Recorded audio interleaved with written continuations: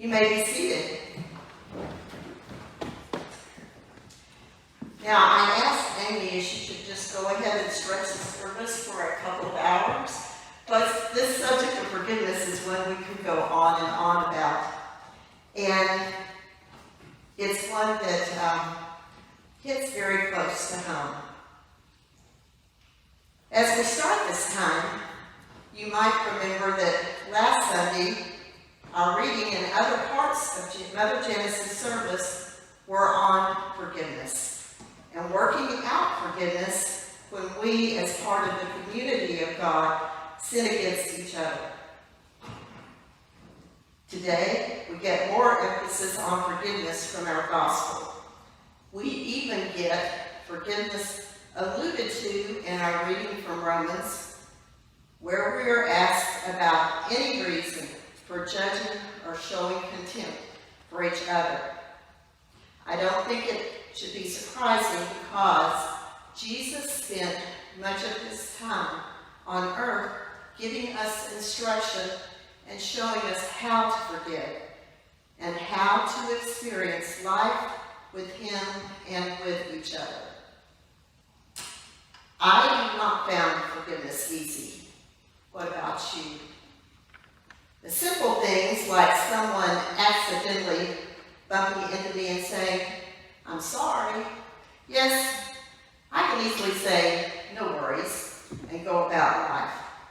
But let someone cut in front of me in line, take the parking spot I am obviously waiting for, or cut into my lane on the highway, that's a different thing altogether.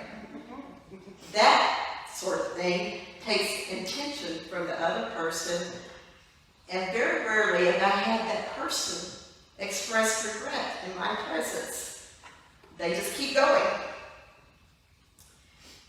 These are the kind of events when forgiveness takes intentional effort. Forgiveness is a big deal.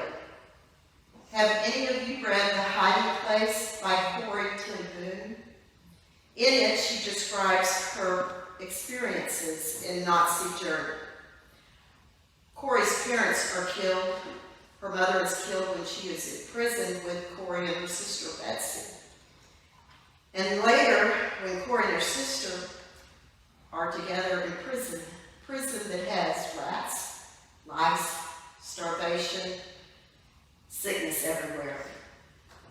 During her time with her sister Betsy, it is Betsy who gives Corrie the example of forgiveness that will stay with her throughout her imprisonment. Corrie dwells on the spy who had turned her family in, but Betsy says she cannot thinking about how dreadfully he must be suffering, and she prays for him every day. Corrie sees Betsy actively turning the other cheek, even when someone has harmed her and her family. Betsy dies in prison. When Corrie is liberated, Corrie takes this teaching of forgiveness and shares it with Holocaust survivors and perpetrators. She is met one evening by one of her former SS guards who reaches to shake her hand. Feelings of anger naturally well up in her, and revenge comes alongside that. But she says her Betsy prayer in her heart and senses God's love for him springing up inside of her. Corrie is able to forgive this man, this symbol and embodiment of cruelty and death, and embrace him in love. Another contemporary documentation of forgiveness is in Through the Gates of Splendor and Beyond Gates of Splendor. Are familiar with these? They tell the story of 5 Wycliffe Bible missionaries killed brutally by a savage tribe of Indians that they were trying to reach in Ecuador. The sister of namesake and the wife of Jim Elliot return with their children to the tribe. And I have a very good friend who was also my former priest, and he grew up with the Saint and Elliot kids in Ecuador. Because of the example of unconditional love given to the Wadani by the members of the family of those they murdered, the Wadani experienced forgiveness and transformation. And now the Wadani are serving as ministers to other indigenous people in their country. And Deacon Becky is not one to keep up with what's on at the movies, but I did see Black Panther last week on the day of Chadwick Boseman's death. What a great movie. And there are threads of greatness and betrayal all the way through, with an ultimate message of the power of forgiveness. I wish I'd seen it sooner. In our reading today, Peter tries to get as specific as he possibly can. How many times must I forgive? 7? Peter obviously understands that forgiveness is not an easy practice. The quantifier that Jesus responds with is 77, way over and above what Peter was, in his mind, generously offering. And all those 7 correspond with the Hebrew word tamim, which means complete, perfect, or finished. I have heard a teaching from a rabbinic Messianic Jewish rabbi who says, forgiving helps us to make us complete and is key to perfecting our heart.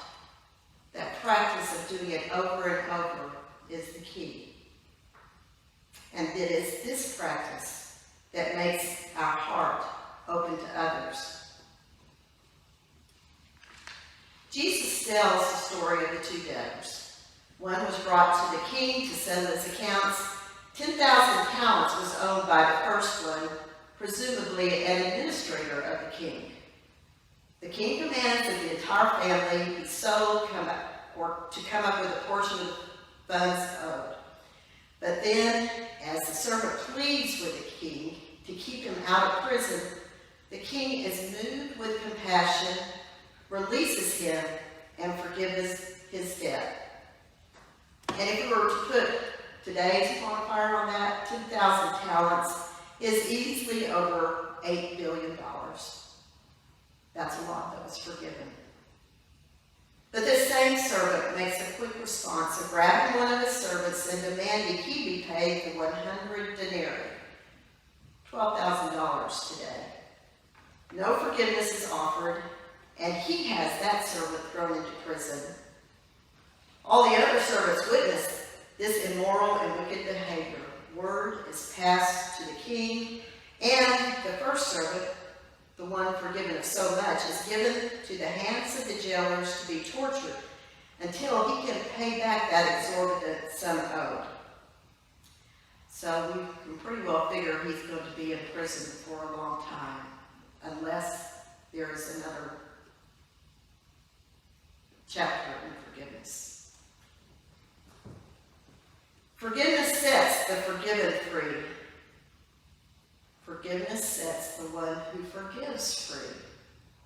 And unforgiveness stops up the whole works. Forgiveness is absolutely necessary for the success of any of our efforts towards each other as we serve the world.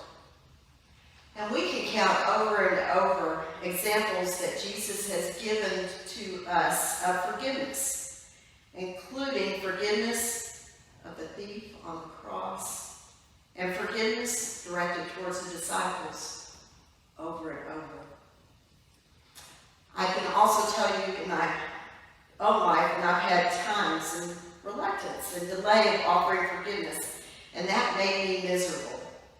The uneasiness in my body, the knots in my stomach, the thoughts that went continuously round and round, back and forth to the one who had wronged me. It was like being tortured in prison, like the thief who would not forgive. And any time I thought I was not forgiven for something I had done, I felt just as bad, even if I did not know what I had done that needed forgiveness.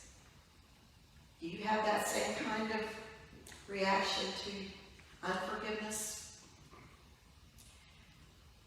During my field work for ministry, I was one of the on-call pastoral care providers at Seton in Harper Heights. We were called when there was the need for extreme care or the potential of death for someone being transported to the ER, for someone in the ICU or someone in the hospital. A big part of any interaction that we had was with the family. On one occasion, I was called for a heart attack in progress. I arrived, checked on the patient and the medical team, and then went to be with the family. This family was a big one, and members arrived over the hours in small groups. I found that there was a matriarch who united them all, and who was the mother of the patient who had had the heart attack. As sometimes happened, the patient was revived and sent to the ICU. During this time and over the next few days, I was made aware that all hearts were turned towards her. She was mother, daughter, sister, and friend. She was greatly loved and valued. But as her stay stretched out, I learned that there was a serious and troubling separation between her and one of her sons. Calls were made to him about the precariousness of his mother's medical situation, and he refused any invitation or coaxing. I was fortunate to spend time with the matriarch, and she shared with me the reasons for the separation. Drugs, defiance, mistrust between the two of them. But in every moment, she expressed her care for her daughter and for her grandson, and the hope that somehow they could be reconciled between themselves and with God.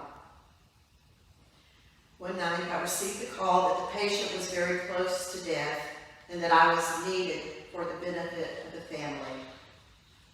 When I arrived, there were at least 30 people in the waiting room, but no indication that her son was responding, her grandson, to any information or pleading that any of them were giving. And after the mother passed, several of the close family members were allowed in the room with her.